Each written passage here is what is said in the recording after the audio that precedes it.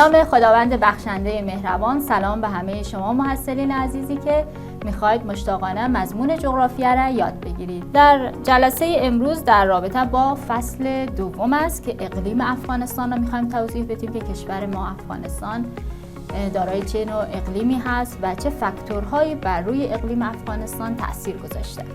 اقلیم عناصر جوی هست که به مدت طولانی بر روی یک ساحه و بر روی یک منطقه تأثیر گذاشته، یک منطقه جغرافیایی، و این به صورت دراز مدت است. مثلا برای یک روز، دو روز یا یک ماه، دو ماه نیست. این طی سالهای طولانی مورد بررسی قرار گرفته. فشار هوا، دما، رطوبت، حرارت، همه اینها در نظر گرفته شده و یک نوع اقلیم برای اون منطقه نسبت داده شده که به این اقلیم گفته میشه. حالا کشور ما که افغانستان است در قلب آسیا قرار داره، ببینیم که چه نوع فاکتورهای مهم اقلیمی تحت تاثیر قرار گذاشته افغانستان. یکی زاویه تابش آفتاب است. این را بیا با هم یک شکل زاویه تابش آفتاب را با هم بکشیم. فرض میکنیم این سطح زمین است و خورشید که در بالا قرار داره یا آفتاب و این زاویه تابش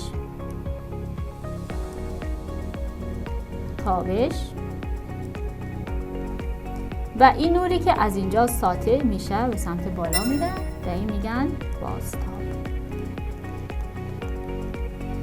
پس زاویه تابش و اون نوری که به بالا میره یا ساطع میشه بازتاب میگن. زاویه تابش آفتاب در جاهای مختلف متفاوت است. مثلا در خط استوا به یک نوع تابیده میشه، مثلا در عرض‌البلدهای 30 درجه به یک قسم است، در 25 درجه به یک قسم است، ولی در کشور ما افغانستان به چه شکل این تابیده میشه.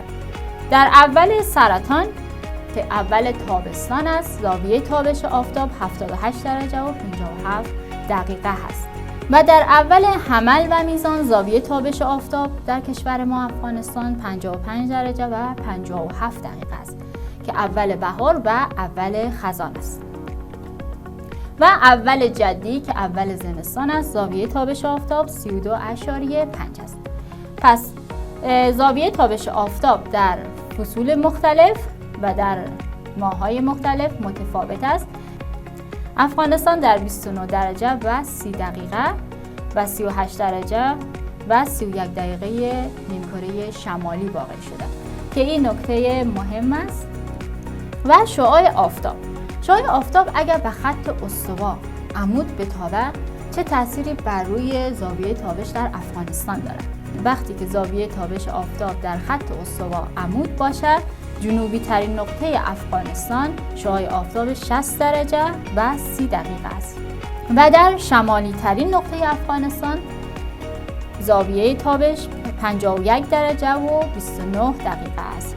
و عامل‌ها یا فاکتورهای دیگه‌ای هم که تأثیر داره بر روی اقلیم، یکی تشکیل مراکز فشار پست و بلند است که باعث ایجاد برفباری‌ها و بارندگی‌ها میشه که این در ساحات مختلف فرق میکنه. در نیمکره شمالی و نیمکره جنوبی فرق میکنه و همچنین مثلا در خط استوا، در عرض‌البلدهای بالاتر، هر کدام از اینها فشار هوا متفاوت است که باز در درس‌های آینده که در رابطه با اقلیم است به صورت تخصصی‌تر خواهیم خواند بیشتر توضیح میدم. و همچنین کتله هوا هست که حامل رطوبت است که در موسم‌های مختلف سال به وجود می‌آید که باعث ایجاد برفباری‌ها و بارندگی‌های مختلف میشه و بر روی اقلیم افغانستان هم بسیار تاثیر داره. و عامل دیگه یا فاکتور دیگه ارتفاع است که این بستگی به وضع ساختمان اراضی داره. مثلا در نقاطی که ارتفاع بالا هست یک نوع اقلیم را ما تجربه می‌کنیم یا یک نوع آب و هوا و درجه حرارت را، و هر چقدر که مثلا ارتفاع پایین تر باشه باز یک نوع درجه حرارت و اقلیم خاص ما تجربه می‌کنیم. و حالا عناصری که تأثیر می‌گذارن، یکی حرارت است. خب منبع اصلی حرارتی که زمین از او انرژی میگیره خورشید است که او انرژی هایی که ساطع میکنه، او حرارتی که برای زمین میاره. دقت کردیم که مثلا در بعضی از مناطق ما گرمای زیادی را داریم یا حرارت زیادی را تجربه میکنیم و در بعضی از مناطق حرارت نیست یا مثلا کمتر است. این به خاطری است که نور آفتاب یا نور خورشید و چه قسم در او ساحت تابیده میشه. پس این حرارت یک منبع مهم انرژی و نور هست و باعث ایجاد گرما در مناطق مختلف میشه. و همچنین چون افغانستان دارای ارتفاعات زیادی هست و هم دلیل تغییرات حرارت نظر و ارتفاع متفاوت است. چون همونطور که همه ما می‌دانیم ارتفاع با درجه حرارت یک نوع رابطه معکوس داره که در مقدار بارندگی و مقدار برفباری ها این حرارت و درجه حرارت و ارتفاع تاثیر متقابل و مؤثری دارند. در این جدولی که آورده شده ما 3 منطقه سالنگ شمالی، میدان هوایی کابل و شبرغان مورد مقایسه قرار دادیم که ارتفاع از سطح بحر در نظر میگیریم و حد اکثر و حداقل درجه حرارت بوده. خب در سالنگ شمالی بهترین نمونه از ارتفاع است که گفتیم 3350 متر از سطح بحر ارتفاع دارد. خب چه نوع درجه حرارتی داره؟ حد اکثرش 18.4 درجه سانتیگراد است و حداقلش 1.1 درجه سانتیگراد است. و در مقایسه با میدان هوایی کابل که ارتفاع از سطح بحر او 1803 متر است و حد اکثرش 35.1 و حداقل درجه 8 درجه سانتیگراد می باشد. و در شبرغان ارتفاع از سطح بحر 360 متر است و ببینید حد اکثر درجه حرارتش 42.8، حداقل درجه حرارتش 17.8 درجه سانتیگراد می باشد. پس از این 3 نقطه ما نتیجه میگیریم که ارتفاع بالا درجه حرارت متفاوت و همچنین ارتفاع که باز به همین نسبت که کمتر میشه باز درجه حرارت بیشتر میشه. پس همه اینها تأثیر میگذاره بر روی اقلیم کشور ما افغانستان. چون افغانستان اگر بر روی نقشه دقت کرده باشین یک کشوری است که دور تا دور او را چی احاطه کرده؟ خشکی ها. پس این روی اقلیم تاثیر میگذاره. و جانب دیگه چون افغانستان یک کشور کوهستانی هست باز هم این بر روی اقلیم اون تاثیر میگذاره.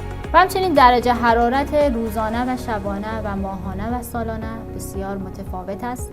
و همچنین افغانستان یک زمستان‌های سرد را تجربه میکنه در نقاط مختلفش و اکثر نقاط کشور ما و همچنین تابستان‌های او هم فوق‌العاده گرم است.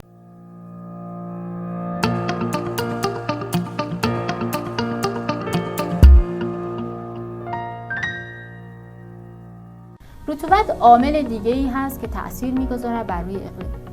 حالا این رطوبت چه تأثیری بر روی اقلیم کلی افغانستان داره یا اقلیم کلی جهان داره؟ رطوبت از عوامل مؤثر اقلیمی است که شرایط جوی افغانستان را تحت تأثیر خودش قرار میده. چون افغانستان در مناطق کوهستانی هست و به خاطری که ارتفاع داره بارندگی هم زیاد است. اگه دقت کرده باشین در ساحه‌ای که مثلا کوههای هندوکش وجود داره مثلا ارتفاعات بسیار بالایی هست و به خاطر همون بارندگی در این ساحات بیشتر است. و همچنین در این نقشه‌ای که آوردم کتله‌های هوای افغانستان است که مثلا جبهه سرد سایبریا در زمستان از سمت شمال کشور وارد افغانستان میشه و باعث ایجاد برفباری ها میشه مخصوصا در ساحه هندوکش. و یا در فصل تابستان بحر هند که از سمت شرق وارد کشور میشه باعث ایجاد برفباری ها میشه. و همچنین هوای مرطوب خلیج فارس که در تابستان هست در جنوب و جنوب غرب کشور واقع شده که اینها هم باعث ایجاد بارندگی هایی در ساحات مختلف میشه. مراکز پرفشار بر اساس تقسیمات دوایر عرض‌البلد. خب هر کدام از این دوایر که عرض‌البلد هست هر کدام از اینها یک نوع مراکز خاصی داره، یا فشارش بلند است یا پست است یا کم هست که این تقسیمات شده و در بر روی کره زمین هر کدام از این نقاط یک نوع مراکزی را داره برای خود. خب در این تصویر کره زمین است، مناطقی که دارای فشار کم، فشار زیاد هست نشان داده شده، مثلا خط و فشار کم. و افغانستان چون در این ساحات قرار داره دارای فشار زیاد هست چون در نیمکره شمالی هست و در این ساحات وجود داره. و همچنین قطبین که دارای فشار زیاد می باشند.